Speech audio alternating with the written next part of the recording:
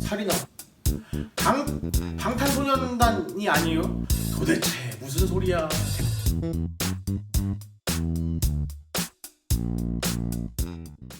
할렐루야, 리뷰TV의 강전도사입니다. 오늘 주제도 지난 시간과 이어지는 내용이죠. 리빌 두 번째 시간입니다. 오늘의 본문 말씀은 요한복음 2장 18절에서 22절까지의 말씀입니다. 함께 읽고 오겠습니다. 오늘 말씀 사실은 지난 시간과 이어지는 똑같은 상황에서 발생하는 일들입니다. 이 성전 척결 사건, 예수님이 그들을 책망하시고 또 그들이 하는 행위를 막 뭐라고 하시고 화를 내신 장면이 나왔죠. 우리가 그것을 통해서 알 수 있는 것이 무엇이냐? 바로 우리의 예배가, 그들의 예배가 껍데기만 남아있는 예배, 형태만 남아있는 예배, 마음의 중심이 없고 하나님을 사랑하는 마음에 드리는 예배가 아니라 그저 버릇처럼 습관처럼 드려진 예배, 또 그 가운데 이익을 취하려는 유대 종교 지도자들에 대한 화와 책망이 있었습니다. 자, 여러분, 오늘 말씀은 그 사건의 또 뒤에 이어지는 내용입니다. 유대인들과 예수님의 대화하는 장면인데요. 여기서도 우리가 바라는 것은 우리의 예배를 돌아보고 우리의 삶을 돌아보면서 다시 한번 하나님과 가까워지는, 또 하나님의 말씀이 깨달아지는 귀한 은혜가 있길 소망합니다. 오늘 유대인들은 예수님한테 이렇게 말합니다. 당신이 이런 일을 행하니까 우리에게 무슨 표적을 보여줄 수 있습니까? 유대인의 입장에서 참 황당한 거예요. 알지도 못하는, 또 어떤 위대한 사람도 아닌 그냥 듣도 보도 못한 사람이 갑자기 성전에 와서 우리 예배 형태를 지적하고 그 안에 있는 모든 것들을 내쫓고 막 성전을 어지럽게 했어요. 그들의 입장에서. 그래서 예수님한테 참 궁금한 거예요. 당신이 누구이고 왜 이런 일들을 하는지, 당신이 우리에게 보여줄 수 있는 표적이 무엇인지 물어보는 겁니다. 그들은요, 눈에 보이는 증거만을 원했어요. 네가 하나님의 아들이냐? 네가 진짜로 구약에서 약속하셨던, 하나님이 약속하셨던 메시아냐? 너는 그렇게 말을 하는데 보여줘라 라고 말하는 거예요. 하지만 여러분, 예수님이 이들에게 능력을 보여주려면 보여줄 수 있죠. 한 번 있는데, 능력이 있는데, 그쵸? 하지만 예수님은 그렇게 생각하지 않으십니다. 왜냐고요?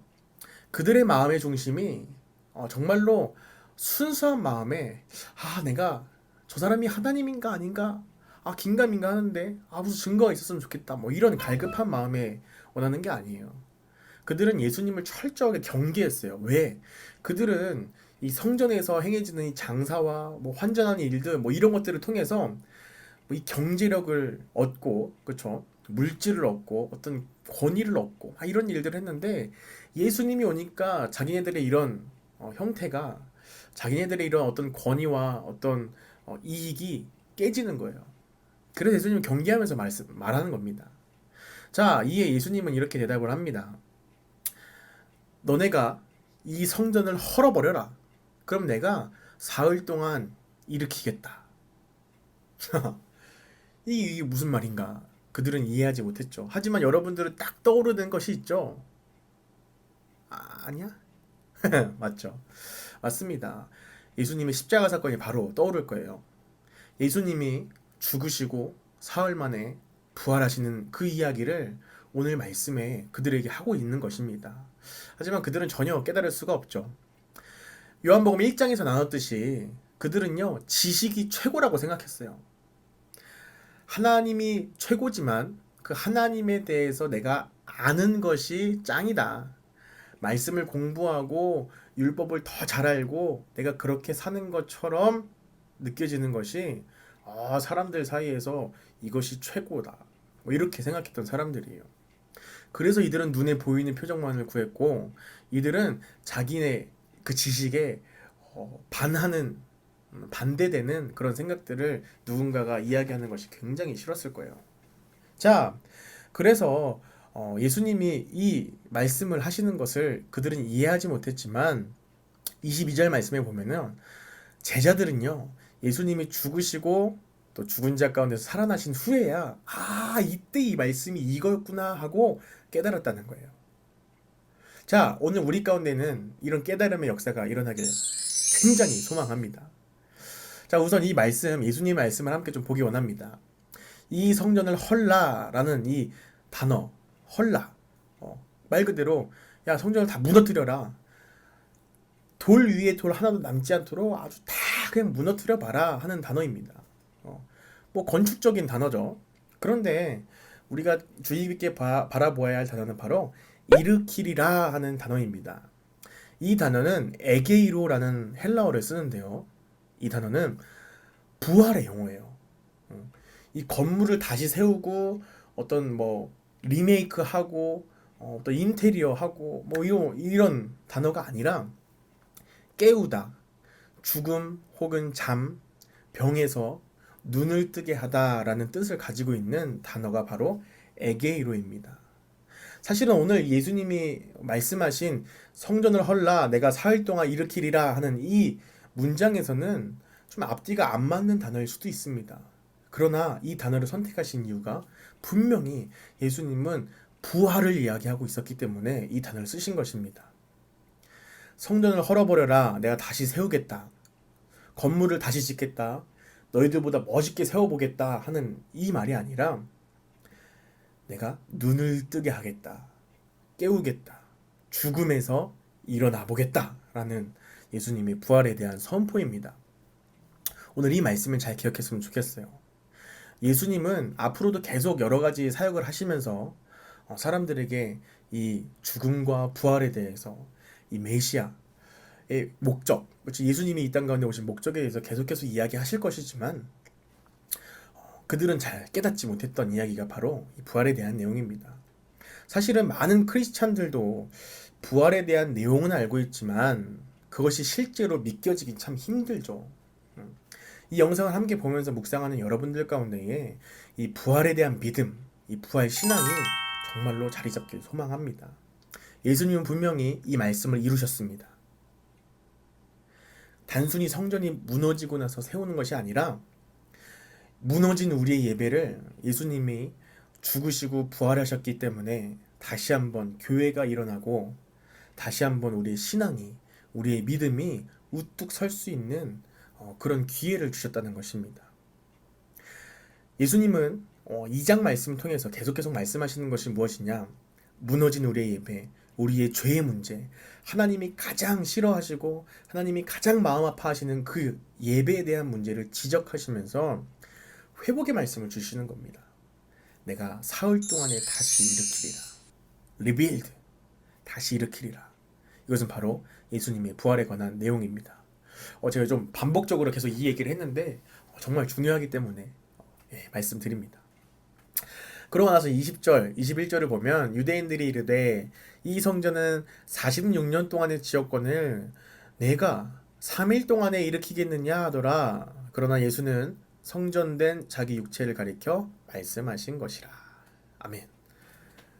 유대인들이 이 말을 들으니까 더 어이가 없죠. 야, 이 성전이 46년 동안 걸려가지고 지은 건데 네가 사흘 동안에 다시 일으켜? 네가 사흘 동안에 다시 세워? 말도 안 되는 소리 하고 있네. 그러니까 완전 예수님은 정신병자 취급하겠죠.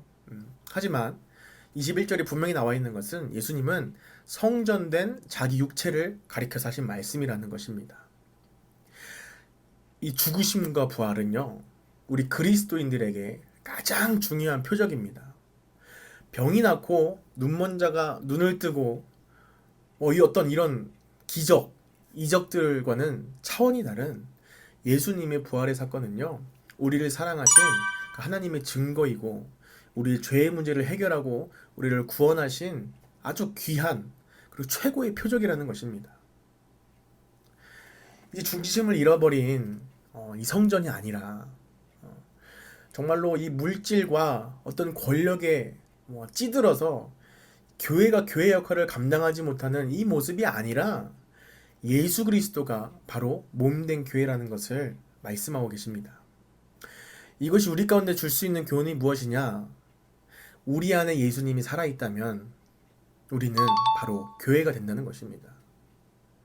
여러분의 속을 들여다보길 소망합니다. 저도 이 말씀을 묵상하면서 제 속을 한번 들여다봤습니다.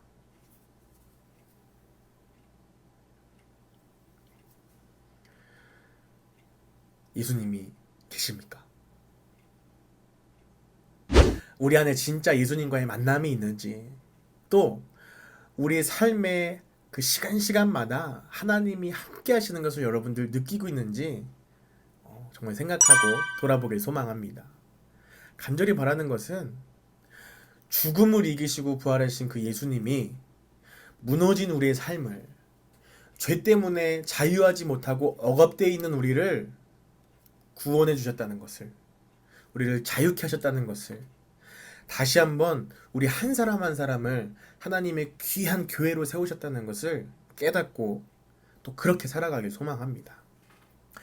우리 22절 말씀을 보면 예수님의 공생애 동안 함께 사역하고 함께 먹고 자고 했던 제자들마저 예수님이 때마다 하신 말씀을 다 이해하지 못했습니다.